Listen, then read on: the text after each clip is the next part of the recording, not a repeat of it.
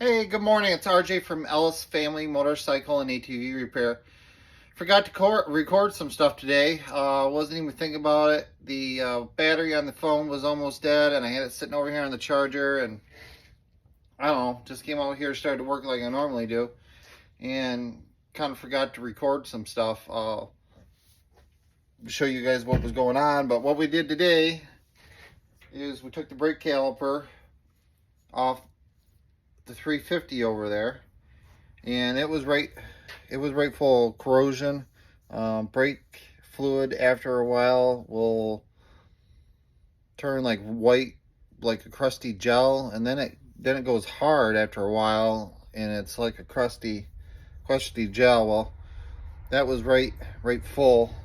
This is the side that the piston and stuff sit in there, and the brake pads, and I haven't cleaned up the brake pads on these. This sits in there different than any other brake pad. It actually sits in the shell a little bit, and it's got a bar to move. But that was all, if you can see that. Let's turn on this one light. I turned it off because of the glare. When I built the shop, I wasn't planning on doing Facebook or YouTube, but you guys can see that it's pretty corroded. I gotta get that cleaned up.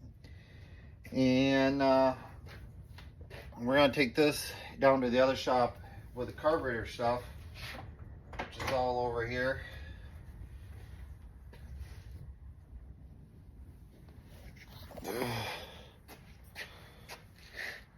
Carburetor's all disassembled, and we'll take those down to the ultrasonic wash tank, which I also got to remember, I'm going to put a link for ultrasonic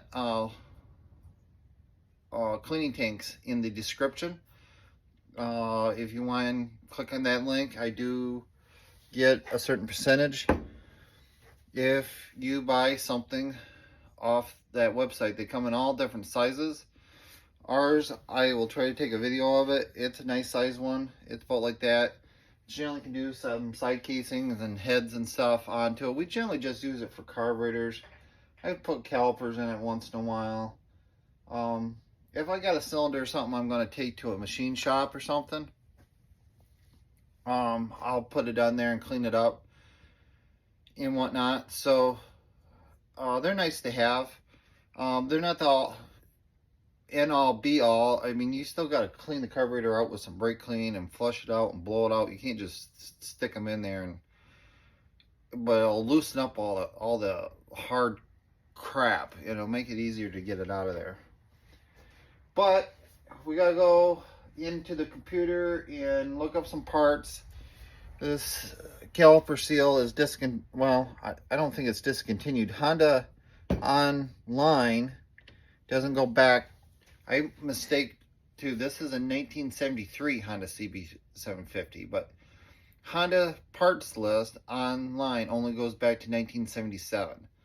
So I've got some old parts lists around here. I probably can find the part number, see if the part number is still available, or I'll see if I can get it through K&L. That's where we got the carburetor kits from, and they make seal kits, caliper kits. I would like to do the master cylinder on it too, considering we have it apart this far. Might well rebuild the master cylinder because it looks like it's already kind of leaking, and the brake fluid that was in it was obviously no good. So we got to do that. We got to look up starter solenoid for it, because the customer said it was clicking when it was running, and we got to look up a battery for it. That's the easy parts. And then tomorrow we'll probably Monday. No, today's Friday. Monday we'll probably look into why it doesn't have spark. I'm assuming it just needs the points to be cleaned, but we'll see if points need to be cleaned, or they needed to be adjusted, or whatever they need to be. So that's where we're at. it's going to take me a while to get those through the wash tanks. It takes a long time for it to warm up, and then I run them a couple times at an hour cycle onto them, so that's going to take a while, and then it's down at the other shop, so that could be a day project in itself. But yeah, that's our day 3 update.